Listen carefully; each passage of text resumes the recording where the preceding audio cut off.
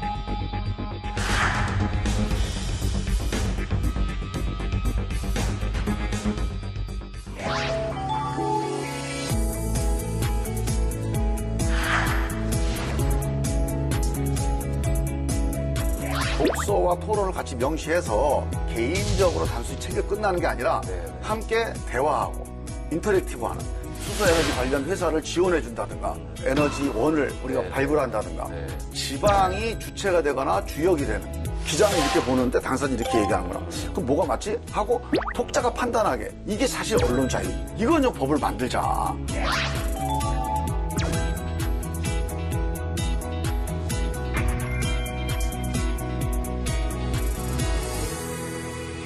자타공인 출구조사 브레이커. 내일을 여는 기자에서 국회 미래를 여는 국회의원으로 논산 계룡 금산의 아들 김종민 의원 나오셨습니다. 어서 오십시오. 네, 안녕하세요. 반갑습니다. 네.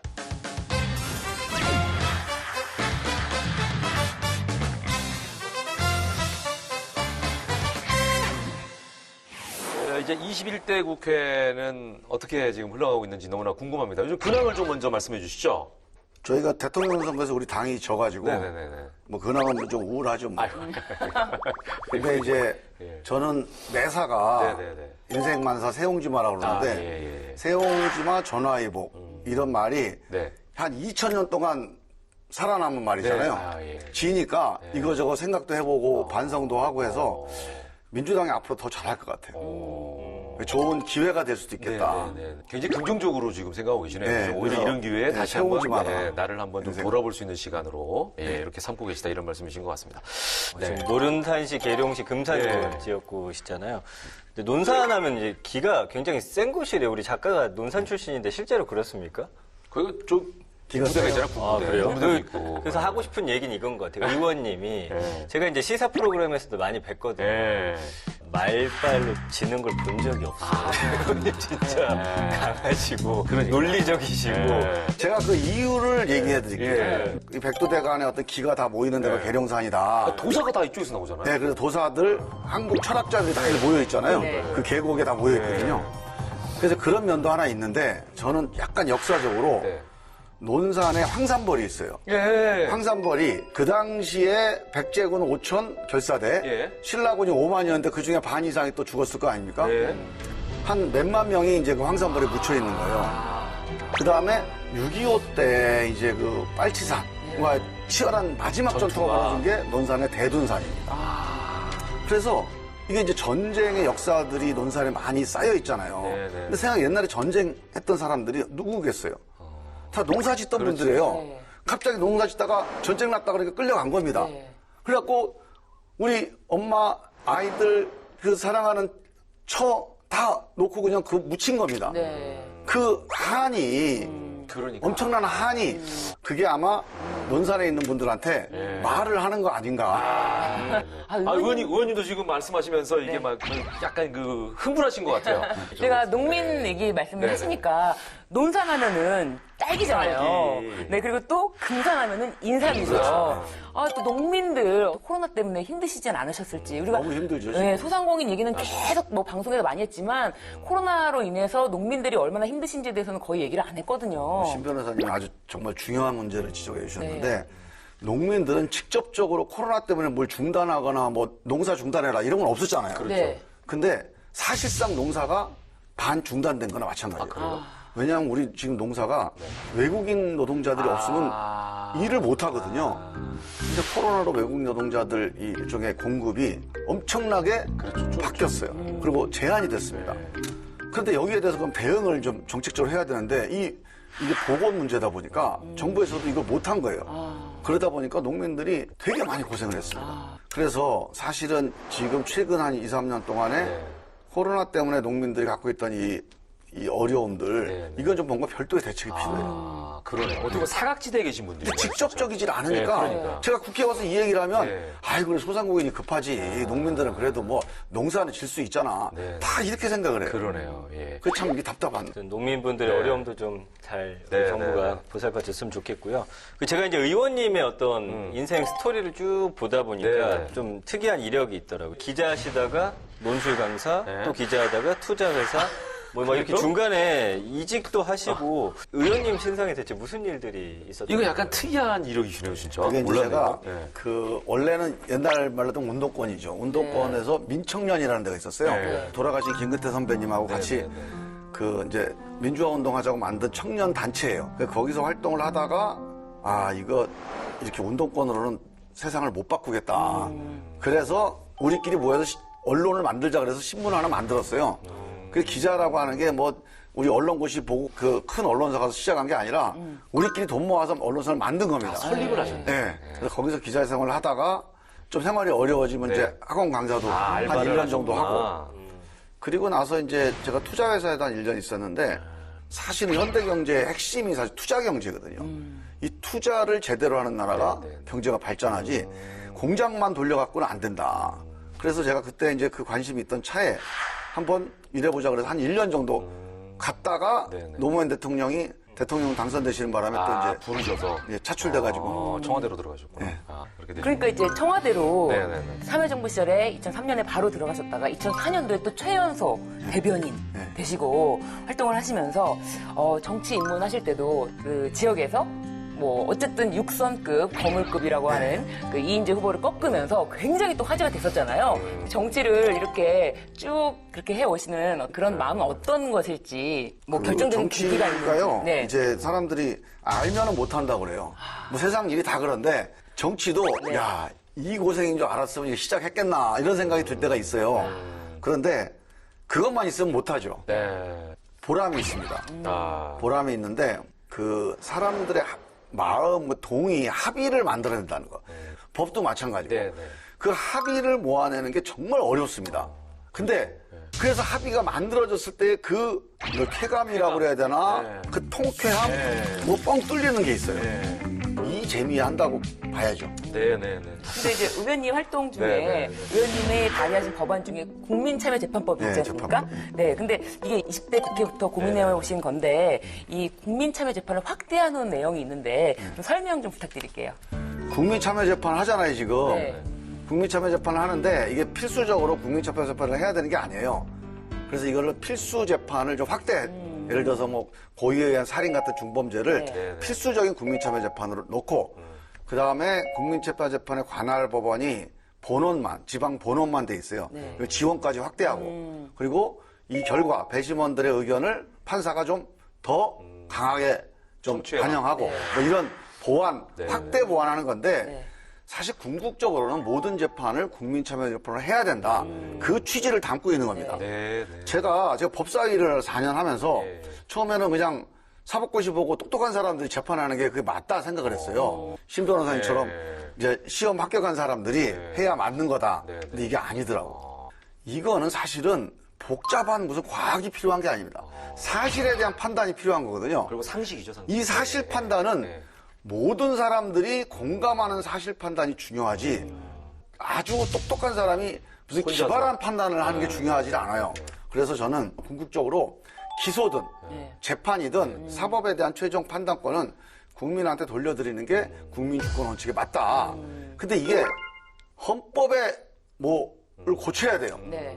그렇죠. 이 법원이 이제 재판권을 갖게 돼 있어요. 그래서 헌법 고치기 전까지는 국민참여재판을 좀 법으로 좀 확대해보자. 이런 취지에서 얘가 입법을 제안한 거죠. 말씀을 들어보니까 이 국민참여재판에 대한 의원님의 의견은 굉장히 미래지향적인 법안으로서의 가치가 있다. 네, 네, 이런 생각이 듭니다. 자, 그런 의미에서 사법부의 신뢰를 좀 네. 높이는 거죠. 네. 국민들의 눈높이에 맞게. 예. 네. 지금부터 이제 본격적으로 미래 세대를 위한 김종민 의원님의 법안을 살펴보도록 하겠습니다. 전 팀장 차트 준비됐죠? 네, 차트로 준비를 했습니다.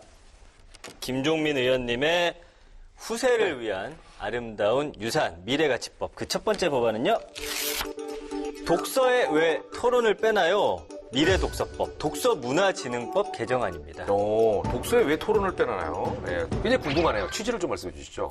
우리가 독서문화진흥법이라는 법이 있습니다. 네네네. 전 세계적으로 특히 선진국일수록 이 독서를 진흥하는 네네. 그런 법과 지원, 정책 지원들이 있거든요. 근데 여기에 토론이 독서랑 반드시 같이 가야 된다는 문구가 없어요. 그래서 저는 실제로 그 항목에 독서와 토론을 같이 명시해서 늘 독서를 장려하고 독서를 권장할 때 항상 독서와 그 책을 읽고 토론을 함께 하도록 하는 이런 걸 지원하도록 하는 건데 이 지원이 간단합니다. 지방자치단체나 기업이나 기관들이 이 독서와 관련된 토론을 진흥할 수 있도록 계획도 짜고 네네. 또 어떤 진흥할 수 있도록 예산도 좀 지원해주고 네네. 독서 토론 전문가들이 이렇게 많지 않아요. 그래서 이거를 육성해서 좋은 질문을 해주면서 정말 민주적인 토론할 수 있도록 도와준 도움이죠. 그런 분들을 지원해 줄 수 있는 법적인 근거를 만드는 겁니다. 그래서 토론이 개인적으로 단순히 책을 끝나는 게 아니라 네네. 함께 대화하고 인터랙티브하는 그런 어떤 계기가 될 수단이네요, 수 수단. 있도록. 하나의 네. 또 수단이 되겠네요. 예, 그러니까 독서를 해야 토론도 이제 활성화될 거라는 생각이 드는데, 저 팀장, 우리나라가 독서율이 갈수록 저조하다는 얘기가 있더라고요. 그 문화체육관광부가 올해 1월에 발표한 게 있어요. 2021년도 우리 국민들의 독서 실태. 네. 예, 그걸 보니까 2020년 9월부터 지난해 8월까지 만 19세 이상 성인 연령층에서 한 권이라도 그 책을 읽거나 들은 사람의 비율인 연간 종합 독서율이 47.5% 밖에 안 됩니다. 이게 8.2% 그 전해보다 감소한 거더라고요. 다 읽은 책도 2년 전만 해도 7권 이상이었는데 작년에는 이제 4권 네 밖에 권. 안 되고요.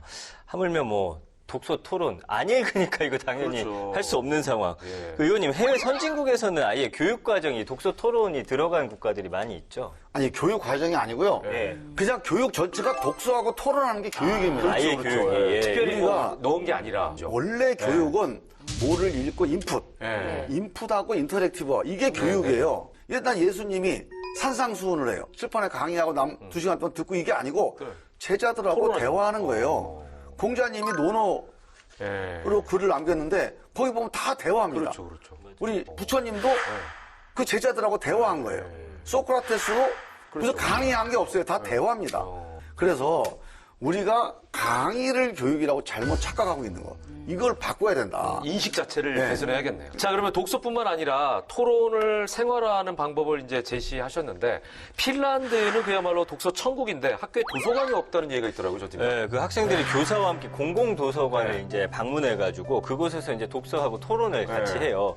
그러니까 그야말로 독서 생활의 어떤 제도화를 좀 실현했다라고 볼 수가 있을 것 같고요. 목록에 있는 책을 다 읽으면 또 뭔가를 이제 줍니다. 줘요? 뭐 예를 들면 독서 수료증 제도라고 해가지고 그 다음에 이제 책 읽어주는 할머니, 책이 사람을 찾아가는 이동 도서관 서비스 아주 다양하고 다양한 연령층이 또 함께하고 이런 것들이 마련이 돼 있네요. 네, 핀란드는 어쨌든 세계 최고 이제 뭐 독서 법제화 국가로도 손꼽히는데요. 네. 위원님께서 이 독서, 토론 이거를 활성화시키기 위해서는 전문 인력을 양성하고 이런 사업을 좀 더 설명을 해주시면 어떨까요? 이게 이제 일단은 법적으로 지자체나 네. 조금 더 나가면 기업이 여기에 참여할 수 있는 법적인 근거를 만드는 거예요. 그래서 기업도 제가 이게 무슨 사업화가 되는 거예요? 아니죠. 이런 거예요. 기업이 인문학 프로젝트를 한다고 이제 유명한 무슨 강사들 모셔다가 예, 강연을 해요. 맞아요, 맞아요. 인문학 교양을 좀 증진시키자. 네, 네, 네. 근데 한 2시간 강연하고 시간이 없으니까 한 2분 질문 받겠습니다. 끝납니다. 되게. 네, 네, 네. 이게 지금 우리 이른바 평생교육의 지금 실태예요. 현주소죠. 네. 이거를 기업도 우리가 예를 들어서 한 7, 8명 직원들이 어떤 주제를 가지고 우리는 예를 들어서 4차 산업혁명. 그럼 그 주제 가지고 한 3개월 또 토론한다. 그러면 그거를 좀 끌어줄 수 있는 앵커를 기업이 수당을 줘서 보내주는 거예요. 그러면 훨씬 더 유익한 토론을 할 수가 있고 강의 2-3시간 듣는 것보다 훨씬 좋습니다. 그러겠네요. 그래서 이런 것들을 기업이나 지자체에서 네네. 지원할 수 있도록 하는 그런 이제 근거를 만드는 것이고 지금 이런 학과도 있고요. 네네. 우리 도서관 사서 선생님들도 있고요. 지금 우리 여성분들 중에 고학력인데 집에서 파트타임으로 시간이 있는데 할 일이 없는 분 얼마나 많습니까? 이런 분들을 한 6개월 정도 이렇게 훈련을 시키면 충분히 할 수가 있어요. 일자리 창출이 좀 되겠네요. 그럼요. 그래서 이거를 전국적이고 평생학습 시스템으로 좀 확산을 시켜서 네, 네. 누구나 다 독서 토론을 원하는 사람들에게 그 전문가들이 가서 함께 앵커 역할을 해줄 수 있도록 이런 시스템으로 가면 좋겠다. 네, 네, 네. 그렇죠. 예, 말씀 듣고 보니까 이게 어찌 보면은 제대로 된 민주주의로 가는 어떤 하나의 방법이기도 하겠어요. 서로가 자기 의견을 활발하게 내는 것 자체가 토론이잖아요. 그죠? 예. 핵심은 사고력의 발전이에요. 사고력의 발전 어떻게 이루어집니까? 남 얘기를 듣고 있으면 우리 뇌가 몇 프로나 가동될 것 같아요? 남 얘기 듣고 있으면 한 20% 가동됩니다. 예. 우리 뇌의 용량에. 예. 근데 독서를 하면 예. 네. 독서를 하면 이거 듣기만 하면 이거 기호기 때문에 해석을 해야 돼요. 네, 네. 머리를 써야 됩니다. 네, 네. 그 독서는 한 50% 가동됩니다. 근데 주고받고 하잖아요. 인터랙티브. 예. 토론하잖아요. 예. 그러면 한 80%. 내가 남한테 가리키잖아요. 네, 네. 그럼 100%. 네. 그래서 우리 뇌를 가능한 한 많이 사용하면 사고력이 발달돼요. 네. 그래서 토론하는 식으로 교육하면 훨씬 좋은 얘기를 드러낼 수 있습니다. 근데 의원님 그 수치는 지금 근거가 있는 수치인 거죠? 제가 이제 여러 가지 뇌과학자들의 강연들을 종합해본 결과 이런 이제 전문가들의 영감이 있다. 그러니까요. 예. 아니 지금 풀가동하고 계십니다. 지금 두뇌를 의원님께서. 예. 자 아무튼 이 법안을 통해서 대한민국이 독서 토론 천국이 됐으면 좋겠다라는 바람을 가져봅니다. 자 의원님의 두 번째 법안 넘어가 보겠습니다. 네, 우리 김종민 의원님의 후세를 위한 아름다운 유산 미래가치법 두 번째 법안은요. 수소와 지방 균형 두 마리 토끼를 잡아라. 수소경제 분권 발전법입니다. 네. 지금 저 의원님이 국회 수소경제 포럼 대표위원이시죠? 예. 그래서 이제 그러니까 좀 기대가 되는 법안일 것 같아요. 이 법안 자체 의미도 더 있고요. 예. 법안 취지를 먼저 좀 설명해 주시기 바랍니다. 그 사람들이 아직까지는 체감을 못 하는데 앞으로 에너지 전환, 재생에너지 이 문제의 핵심적인 게 수소 에너지입니다. 간단하게 설명을 드리면 우리가 태양광이라든가 무슨 풍력 이런 재생에너지를 얘기하잖아요. 네. 근데 우리가 재생에너지가 태양광 풍력이 우리 한국의 이런 지형이나 기후에서 안 만들어지잖아요. 그렇죠. 그럼 어떡합니까? 저 호주 같은 데 가서 또 사우디 가갖고 그걸 송전선을 연결할 수도 없잖아요. 그렇죠. 까지. 너무 멀잖아요. 이거를 이동시키는 수단이 수소입니다. 수소 에너지가 전면화되면서 전 세계의 모든 재생에너지가 다 우리 에너지가 돼버린 거예요. 그래서 이 수소 에너지라는 게 엄청나게 중요한 이 에너지 혁명의 총화라고 할 수가 있는데 이 수소경제위원회를 총리 산하에 만들었어요. 네. 그런데 여기에 위원 구성에 네. 지방자치단체가 안 들어가 있습니다. 안 들어가 있어요? 네. 그래서 그걸 집어넣어야 된다. 왜냐하면 이제 이 지방자치단체에 이런 수소경제위원회도 만들고 또 위원회에 또 참여시키고 하는 게 지방에도 여러 가지 이슈가 있습니다. 수소 충전소를 만드는데 우리 지방에도 좀 만들자. 또 수소 에너지 관련해서 우리 지역마다 이런 재생에너지, 뭐 태양광 관련된 이런 에너지 그 발전을 만들고 이걸 가지고 뭐 수소로 좀 이동을 시킨다든가 이런 것들을 위해서는 지방자치단체와 지방별로도 만들고 또 그 수소경제위원회, 총리위원회에서도 지방의 참여를 좀 확대해야 된다. 예, 그래야지 어떻게 보면 좀 본인들과 근접하게 예, 예. 직접적으로 연결된 얘기들을 할 수가 있을 우리 모든 거 지방이 아니에요? 수소 경제가 예. 엄청나게 중요한 이슈라는 거를 같이 이제 공감하고 그렇죠, 그렇죠. 같이 논의를 해보자 이런 거죠. 네. 근데 보니까 이거 국회 안에 세계 최초로 이 수소 충전소가 만들어져 있다고 하던데. 네. 맞습니까? 네, 그거를 우리 저 네. 수소 경제 포럼에서 만든 네. 거죠. 근데 이제 정작 수소 관련 법들은 대부분 지금 계류 중에 있거든요. 그 지금 국회에서 수소 관련법 논의가 진행이 어떤 상황이에요? 이게 이제 그 계류라기보다는 논의가 지금 진행 중인 상태인데요. 저희가 수소 경제 포럼 만들어서 처음에 했는데 처음 했던 과제가 충전소 만든 거예요. 근데 충전소 그때 강릉에서 폭발 사고가 났어요. 사람들이 안 하려고 그래요. 위험하다. 네. 왜냐면 이게 수소폭탄이잖아요. 그러니까 말 그대로. 이게 수소폭탄 아니냐. 이거 전혀 다른 거거든요. 아니, 그러니까 그 생각을 하는 거예요, 사람들이. 예. 그래서 국회에다가 만들면 국민들이 좀 안심할 것 같아서 믿을 수 있다. 국회의원회가 의원들 일하는 옆에 이거 있습니다. 안심하셔도 됩니다. 그래서 이제 저희가 시작을 한 거거든요. 근데 이제 사실은 이 수소 관련된 그 변화가 엄청 빨라요.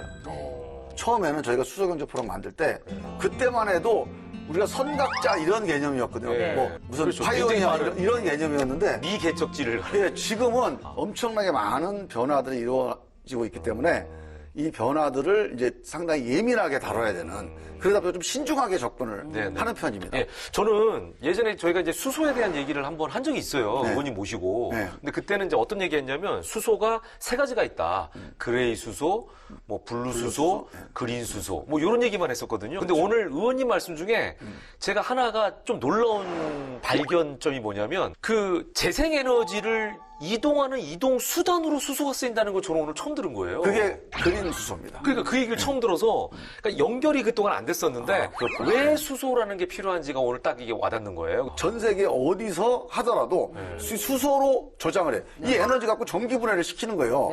그래서 수소를 만들잖아요. 그럼 수소를 이동시키는 거는 이 가능하니까. 액화 수소를 이동시키니까 좀 싼 거죠. 그러니까 석유 이동시키듯이 그렇죠. 예, 재생에너지를 수소로 만들어서 이동시킨다. 그러니까 모든 재생에너지가 다 유전이 되는 거예요. 그러네. 네. 그 수소의 에너지 원천이 되는 거죠. 예. 이 경제적 가치는 어느 정도나 돼요, 그러면?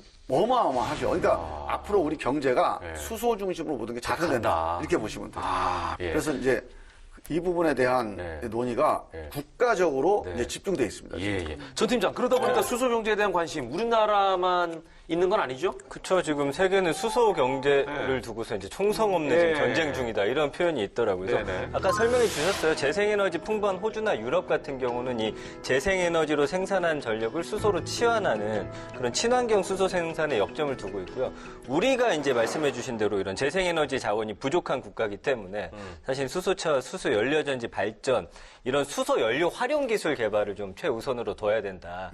일본 같은 경우가 이제 이 수소 경제 레이스를 좀 가장 일찍 시작한 곳이더라고요. 그래서 도요타가 수소차를 2014년에 이제 처음 출시해가지고 보조금 주기 시작을 했고요. 전국적으로도 일본 안에서는 지금 수소 충전소가 2020년 10월 기준으로 135곳이나 된대요.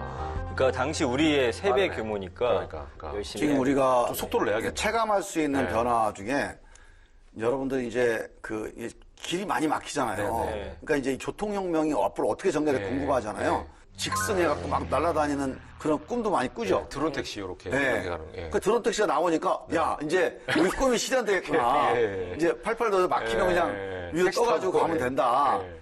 실제로 그게 가능합니다. 예. 근데 문제는 그 드론 택시가 예. 뭘로 가겠습니까? 전기로 가야 될 거 아니에요? 그렇죠. 그 석유로 갈 수는 없잖아요. 예. 근데 전기로 가려니까 한계가 있는 거예요. 이 축전 기술상. 거기에 솔루션이 뭐냐? 액화수소입니다. 액화수소가 되면 8인승, 12인승의 드론 버스가 가능합니다. 액화 수소가 석유나 연료원이 되는 이거보다는 거죠. 가벼운 네. 거죠, 훨씬. 그렇죠. 가볍고 폭발력이 좋고. 예, 센 거죠, 힘이. 네, 그래서 네. 그 무게를 감당할 수가 있어요. 그래서 이제 우리 지역구에 계정에 보면 이 액화수소 이 용기를 만드는 회사가 있습니다. 전 세계 첨단을 달리는 회사예요. 하이테크네. 이런 회사들이 만들어지고 우리나라가 이걸 주도합니다. 네. 아까 지금 말씀하신 우리는 생산에서는 조금 약간 약하니까 이거를 활용하고 적용하는 기술 이런 게 다 앞서가 있어요. 그래서 아마 그런 쪽으로 가면 조만간에 이제 이 드론 택시가 상용화된다. 상용화가 되겠네요. 거기에는 예. 이 수소 에너지가 큰 역할을 할 거다. 예. 야, 수소 경제가 일반화되는 그 시대를 우리가 꿈꿔봅니다. 얼마 안 남았어요. 예. 이 법안이 국회를 통과한다면, 어떤 미래 가치를 우리가 갖게 될 수 있을까요? 일단 우리가 지금 네. 이렇게 얘기를 하잖아요. 네. 이렇게 얘기를 했는데 문제는 이거는 그 비전은 이런데 네. 구체적인 실천은 어디서 하는 겁니까? 이거 다 지방에서 하는 거예요. 그 지방에서 이런 수소 에너지 관련 회사를 지원해 준다든가 아니면 이 수소 에너지 관련돼서 무슨 그 에너지 원을 우리가 네. 발굴한다든가 네. 지방에 있는 마을들을 조성할 때 마을 조성할 때 에너지 원천을 이 수소 에너지로 해서 하는데 아예. 지방자치단체가 뭔가를 참여한다든가 이런 지방이 주체가 되거나 주역이 되는 그런 의사결정들을 많이 해야 돼요. 네. 제가 여기서 얘기한 거는 정말로 조족지혈입니다. 왜? 지방이 머리를 쓰면 엄청나게 많은 아이디어가 생길 거야, 아마. 그 머리를 쓰게 만들어주는 법이에요. 지금은 머리 안 씁니다. 왜? 권한이 다 서울 가 있으니까. 중앙화됐으니까. 근데 지방이 그 권한을 갖게 되면, 우리 지역에서 수소 갖고 뭘 해볼까? 그럼 엄청나게 많은 아이디어와 프로젝트들이 만들어질 거다. 야, 지금 말씀을 듣고 보니까 에너지 혁명 시대가 곧 도래하지 않을까 이런 거 도래했어요. 예, 가져봅니다. 예. 자, 세 번째 법안으로 넘어가 보겠습니다. 네, 세 번째 법안 살펴볼게요. 정보 사실 확인을 강력히 요구합니다. 미디어 반론권 강화법, 정보통신망법입니다. 네. 민주당에서 그동안 그 언론개혁법을 꾸준히 준비해 오신 걸로 아는데 그 언론개혁법 중 하나인 거죠, 요거는. 그죠? 취지를 좀 말씀해 주시죠. 우리가 지난번에 언론중재법 가지고 논쟁이 한번 있었잖아요. 징벌 배상을 5배수까지 예. 하자. 예. 사실은 제가 이제 그걸 보면서 그건 아직 계류돼 있어요. 아직 본회의에서 결정이 안 났습니다. 네네. 근데 사실은 그거는 허위 조작 정보라고 하는 거죠. 정말로 의도적으로 가짜 뉴스를 만들어서 경제적인 거나 정치적인 목적으로 악용할 때 적용할 수 있는 거라 해당 사항이 별로 없어요. 일반 언론들은 웬만하면 거기 해당이 안 됩니다. 우리 국민들이 더 많이 지금 시달리는 거는 부정확한 정보예요. 지사라고 그래서 딱 클릭했더니 보니까 아무것도 없어. 이렇게 썬데이 서울 허탈하고 같은 실망하고 그런 기사들이 많이 네. 올라오잖아요. 근데 이게 이제 그냥 사람들을 이게 뭐야 이거 낚였나고 끝나면 좋은데 그 당사자는 피해를 입을 수 있잖아요. 옛날 같으면 한번 나오잖아요. 신문에 났습니다. 그 다음에 다른 신문이 받아서 아웃뉴스에 나오고 다 확산되려면 최소한 하루 24시간은 이게 검증을 받아요. 그래서 이게 사실인지 아닌지. 그래서 사실인 경우에 다른 데 받아 써서 확산이 되죠. 지금은 안 그래요. 확 퍼져버리죠. 딱 나와서 1시간 안에 떴다. 클릭이 좀 몰린다 그러면 한 100군데가 따랐습니다. 똑같은 기사를. 확인도 안 하고. 네. 확인을 거의 못하죠. 이미 지금 언론사는 이걸 위한 전문 조직을 거의 자회사까지 두는 실정이에요. 그래서 여기서 생기는 이 명예훼손이나 이 피해자 구제는 이미 이제 무방비 상태에 놓여 있는데 이거를 가지고 처벌을 하려면요. 예. 법원 가면 6개월 걸립니다. 아이고. 아무리 빨라도. 그러니까 처벌 효과가 없어요. 그래서 가장 좋은 거는 언론의 문제는 언론으로 풀자. 반론이라고 하는 건 언론 자유의 다양성에 포함되는 거잖아요. 네. 어떤 기사를 올렸어요.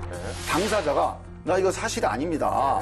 라고 반론을 달면 옆에다가 반론하고 실어주는 거예요. 그러면 독자들이 판단하는 거예요. 기자는 이렇게 보는데 당사자는 이렇게 얘기하는구나. 그럼 뭐가 맞지? 하고 독자가 판단하게. 이게 사실 언론 자유죠. 이건 좀 법을 만들자. 그래서 이 인터넷에 있는 정보는 기존에 있는 언론하고 다릅니다. 이거는 언론의 책임만이 아니라 이 시스템의 책임이에요. 이 인프라의 책임입니다.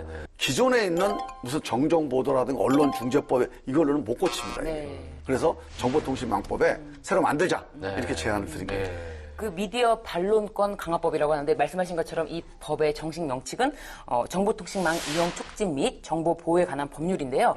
이 지금 허위 조작 정보에 대한 정의부터 개념 정의부터 새롭게 하셨더라고요. 네, 이런 정보로 뭐 침해당한 당사자가 구제받을 수 있는 길 이런 걸 열어두신 거죠? 그렇죠. 이제 세 가지로 저희가 얘기를 했는데요. 첫 번째는 이제 유해 정보. 유해 정보라는 게 뭐냐면 청소년 뭐 선정이라든가 폭력, 뭐 음란물 이런 것들 유해 정보가 있을 수 있죠. 그 다음에 이제 불법 정보가 있습니다. 개인 사생활을 불법적으로 뭐 확보해서 이제 올려놓는 거. 그 다음에 허위 조작 정보라는 게 있어요. 허위 조작 정보는 의도적으로 만들어서 가짜 뉴스나 조작한 정보가 되는 거죠. 그래서 이제 이 세 가지가 이제 엄하게 다뤄야 될. 그러니까 삭제를 하든지 해야 될 거고. 정말 조작은 아닌데 좀 애매모호. 예, 일부러 고의도 좀 섞여 있으면서 부정확하게 사람을 공격하는 거. 이런 거는 법적으로 못 막습니다. 이런 거는 두 가지를 하자 이거. 하나는 사실 확인을 요청하면 사실 확인에 응해라. 그다음에 반론이 있다면 반론을 씻어줘라.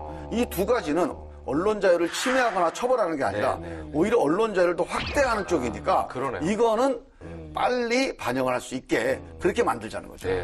그래서 이 기사나 정보를 확인해 보니 뭐 허위 조작 정보다 그럼 이제 법원으로 이렇게 가는 거예요. 판단이 됐을 때, 근데 이제 분쟁이 발생했을 때 법원에 가지 않고도 뭐 현재는 이 방통위에 있는 그 명예훼손 분쟁조정부가 담당하고 있는데 지금 이제 이름을 바꿔서 설치하도록 하셨는데 어떤 내용인지를 좀 설명 부탁드립니다. 이제 그런 거예요. 제가 지금 얘기한 반론이나 사실 확인 요청을 제도화하면 많은 제한이 올 거 아닙니까?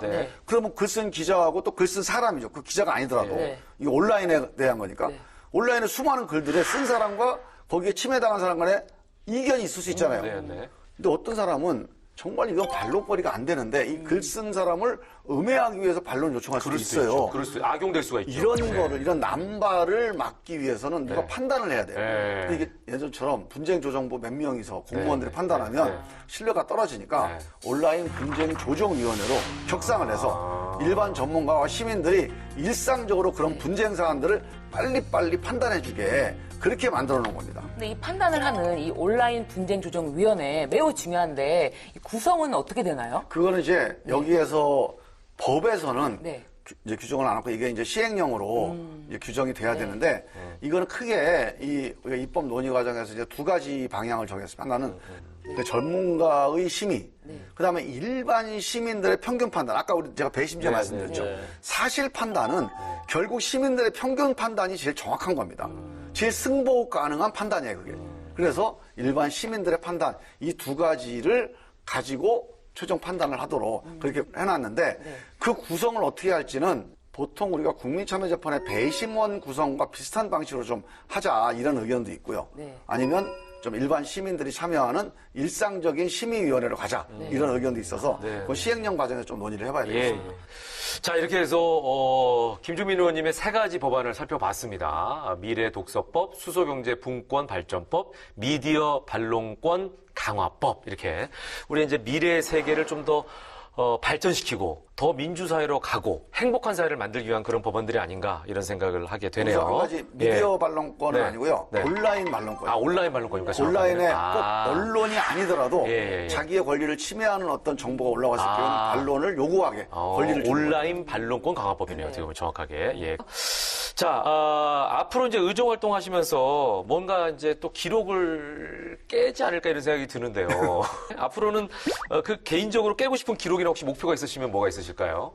특별히 전 기록은 없고요. 네네. 제가 한 가지 하고 싶은 거는 이 국회의원 선거제도 좀 바꿨으면 좋겠다. 국회의원 선거제도를 보자. 이게 기록이라면 기록입니다. 네네. 왜냐하면 지금까지 한 번도 안 바뀌었으니까. 이 안 바뀐 이 철옹성 같은 기록을 깨고 정말로요. 제가 국회의원 하면서 느끼는 게 국회의원은 똑똑한 사람이 하는 게 아니에요. 1등이 하는 게 아닙니다. 그냥 국민을 대표하는 거 아니에요. 네네. 국민을 닮은 사람이 해야 돼요. 근데 국민들이 다 다르잖아요. 네네. 엄청나게 다양하잖아요. 예. 그래서 국회의원은 다양해야 됩니다. 네. 그게 국회의원 구성의 제1번 원칙이에요.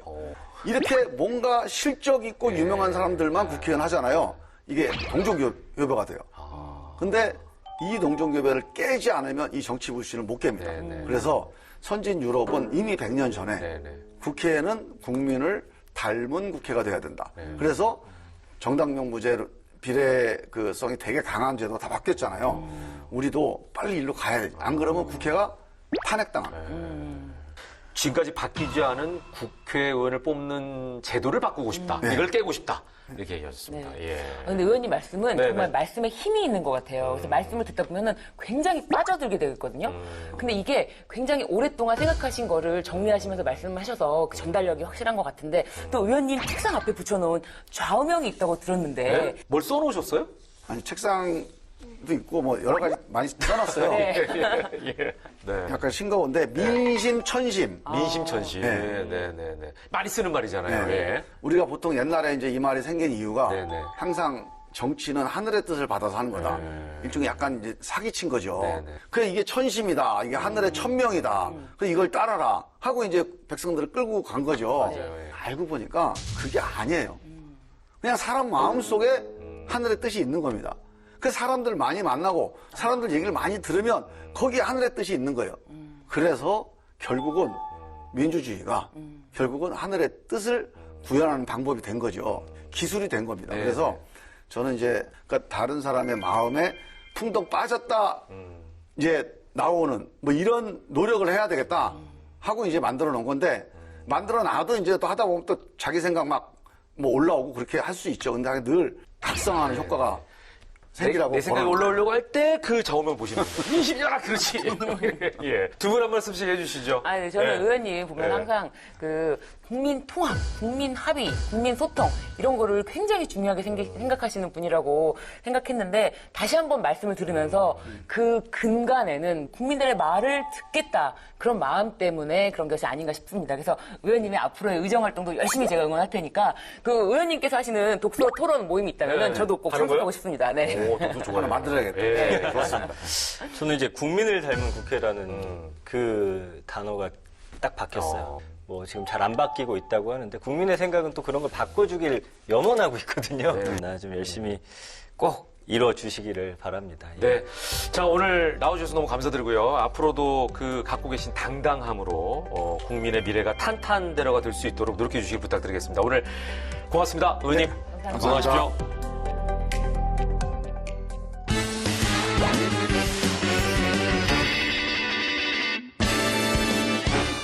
알다가도 모르겠고 모르다가도 알 것 같은 법도 배우는 수도인 분들의 속을 시원하게 듣는 시간! 공말법 하지. 네. 자, 요즘 학교 폭력 문제가 나날이 심각해지고 있다는 소식이 늘 이제 전해지고 있는데, 저 학교 다닐 때는 사실 왕따, 학폭, 이런 게 별로 없었어요. 학생 수가 많은데도 불구하고. 우리 한 반에 초등학교 딱 70명 이랬거든요. 70명. 그때는 그렇게 북적북적 됐는데도 즐거웠다는 기억밖에 없거든요. 네. 뭐 저도 한 50명 정도 됐는데 50명이었어요? 아예 없지는 않았어요. 그러니까 약간의 뭐 따돌림이나 힘센 친구들 이제 혹시 나만 몰랐나? 따돌림 받고 있었던 거 나만 아니에요? 몰랐나?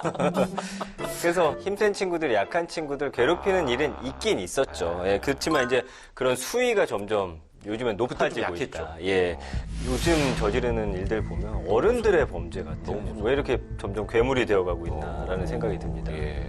제가 사실은 학교 폭력 네. 사건을 많이 좀 수임을 했었거든요. 그래요? 네네. 그래서 도대체 안 한 했는데 분야가 어디예요? 네, 학교 폭력 네. 부분에 대해서는 네. 진짜 드릴 말씀이 되게 많아요. 그래서 제가 오늘은 정말 상세하게 현실적으로 좀 풀어드릴 수 있을 것 같아요. 전공 분야가 나왔네. 네, 전공 분야입니다. 네. 기대해 보겠습니다.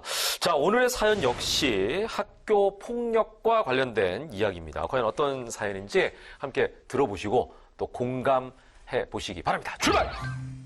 우리 태랑이 좋아하는 소세지 반찬 했는데 아유 밥을 왜 이렇게 안 먹었어? 우리 공주님 요즘 무슨 일 있어? 왜 그래? 아니야, 엄마. 나 그만 먹을게요. 잘 먹었습니다. 아니 태랑아 왜 그래? 아니 너 무슨 일 있지? 엄마한테 말해봐. 엄마, 사실은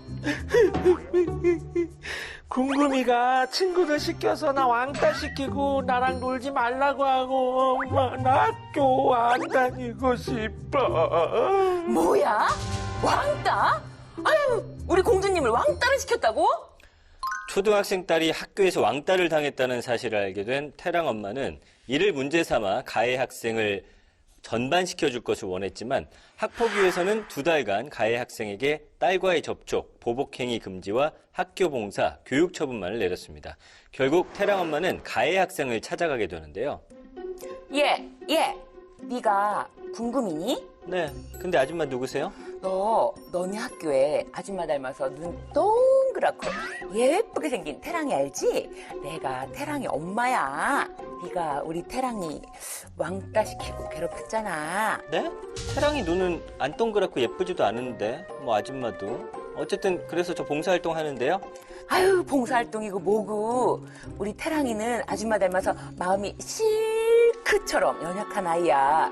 그런데 가해자인 네가 우리 태랑이 옆에 계속 있으면 그 여리디 여린 마음에 얼마나 상처가 되겠니?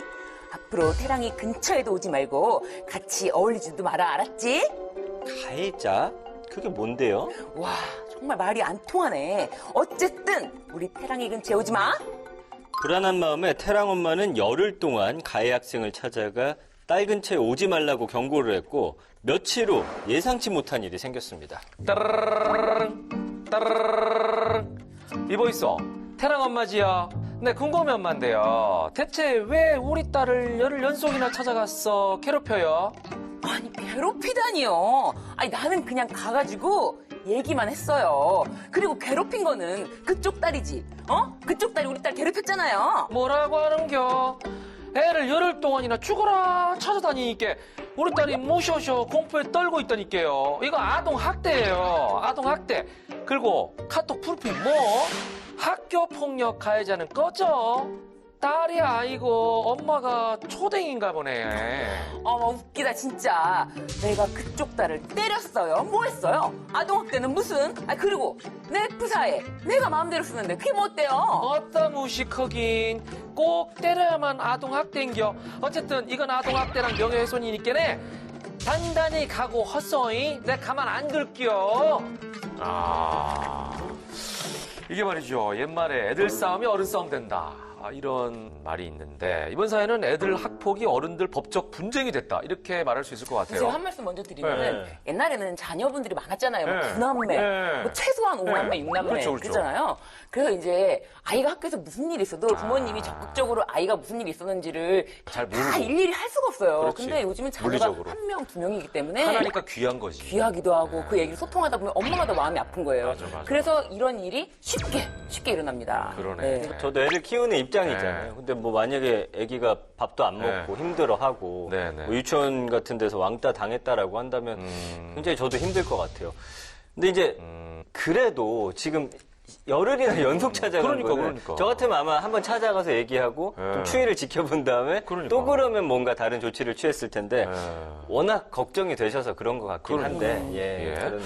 자, 우리가 지난번에도 아동학대에 대해서 얘기를 나눠본 적이 있는데, 자, 이런 경우, 아동학대가 성립이 됩니까? 열흘 연속 찾아가서 내 딸에게 오지 말아라고 얘기한 경우.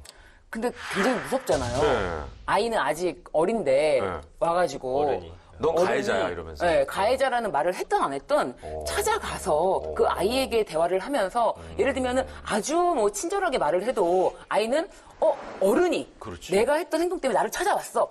약간 겁이 먹을 수가 있거든요. 그래서 이렇게 하면 절대 안 돼요. 그래서 제가 아동복지법 상에서 아동학대가 어떤지를 좀 설명을 드릴게요. 네. 아동복지법에서는 신체적 학대 그리고 정서적 학대 행위를 금지하고 있는데 신체적 학대는 다 이렇게 쉽게 네, 알겠지만 네, 네, 네. 이 정서적 학대라는 것도 아동학대에 포함된다는 것에 대해서는 조금 낯설게 생각하실 수도 그러네. 있는데요. 네. 이 아동의 이 정신건강 발달에 해를 미치는 모든 행위입니다. 오.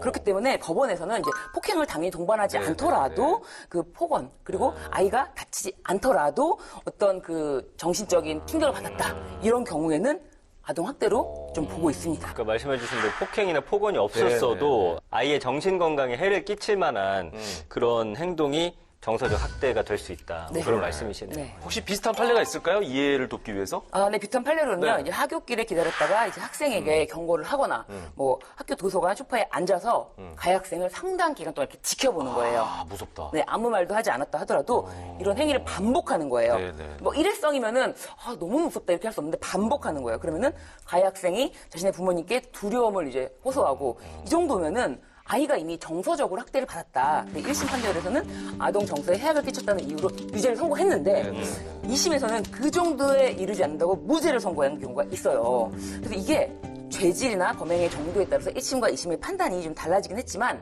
아동학대 여지가 있다. 그래서 이런 부분은 우리가 조심해야 된다. 이런 말씀을 좀 드리고 싶어요. 네. 근데 어쨌든 이게 판례가 좀 다르게 나온 걸 보니까 네, 그 네. 정신적 아동학대 그 경계는 좀 모호하긴 한가 봐요. 네, 그런 게 좀 있는 것 같습니다. 그러니까. 근데 이제 태랑의 엄마는 어찌 보면 이제 태랑이가 워낙 귀한 딸이니까 자기도 모르고 이런 행동을 했었을 것 같아요. 그러면 이런 경우에 태랑 엄마는 어떻게 행동하는 게 바람직한 겁니까?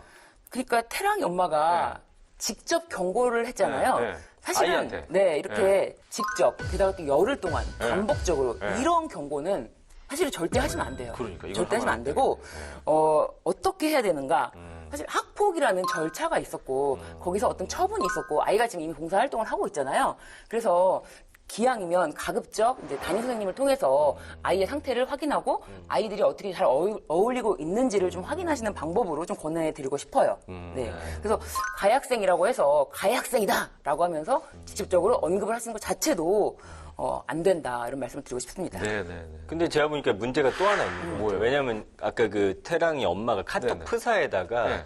학폭 가해자 꺼져라는 메시지를 써놨다고 했거든요. 예. 그러니까 요즘은 사실은 그 같은 방 학부모끼리 단톡방 많이 하거든요. 오. 그럼 학부모들이 이 메시지 보겠죠. 그렇게 되면은 학부모들은 궁금해할 거고 혹시 알게 됐을 때 궁금이가 태랑이 따돌려서 학폭이 열렸다 뭐 이런 사실까지도 알게 되면 또 그것도 좀 문제될 것 같아요. 혹시 이거 명예훼손감이 되나요?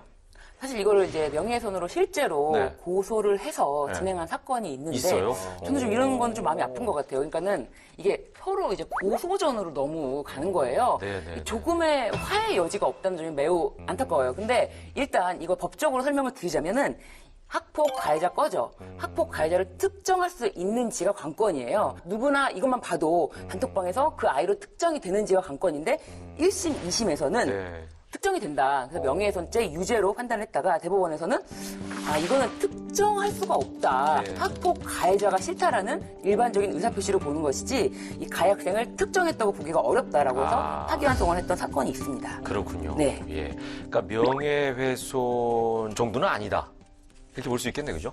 어떻게 보면. 그러니까 이제 가해 학생이 특정이 되지 않는다. 그러니까 예를 거기다가 들면. 예를 들어서 네. 뭐 궁금이 꺼져 이러면 네. 완전 명예훼손인데 예, 그게 그렇죠. 아니라는 거지. 네네. 예. 자 어쨌거나 학교 폭력으로 피해를 입은 학생과 부모님 그 상처가 얼마나 크겠습니까? 예, 더 이상 우리 사회에 학교 폭력이 생기지 않았으면 좋겠다. 이런 생각이 듭니다. 이거는 부모들도 좀 더 신경 써야 되고 학교에서 교육을 하고 있는 선생님 입장에서 좀 더 신경 써야 되지 않나 이런 생각이 들어요. 한 20년 후에는 아이들이 왕따, 학폭이란 이런 단어가 뭔지조차 모르는 세상이 왔으면 좋겠습니다. 그러니까 우리가 오늘 네. 앞서서 미래가치법에 대해서 이제 이야기했잖아요. 네네. 후대에 남겨줘야 할 그 유산 중에 학폭 없는 세상 좀 우리가 만들고 예방할 법도 포함돼야 되지 않을까 그런 생각이 좀 듭니다. 네. 자, 갑자기 궁금한데 두 사람은 개인적으로 후대 또는 후생에게 뭘 남겨주고 싶으세요? 저는 이렇게 네. 유쾌하고 아, 신나고 유쾌 발랄. 활기찬 변호사가 있다. 이 정도 이 정도 재밌을 것 같아요. 네. 나 이렇게 법 그러면 어렵게 생각할지 모르지만 쉽게 전해주는 이런 활달하고 유쾌한 변호사가 있었다. 네, 그렇습니다. 신유진. 네. 신나고 유쾌한. 네. 네. 저는 이제 제 후손들에게 법태랑의 이 자리를 네. 대대손손 물려주고 싶네요. 본인 늙어 죽을 때까지 하고 그렇게. 하고 또 아들 물려주고 본인 아들에게 물려주고. 이야, 대단한 포부시네요. 예, 알겠습니다. 저는 법태랑 MC니까, 이 후대들이 잘 지켜서 또 도움을 받을 수 있는 그런 법들이 체계화됐으면 좋겠다. 오, 예, 이런 생각을 오랜만에 멋진 말. 해봅니다. 네. 저 팀장을 제가 그냥 눌러버리는 거죠. 예. 자, 어쨌든.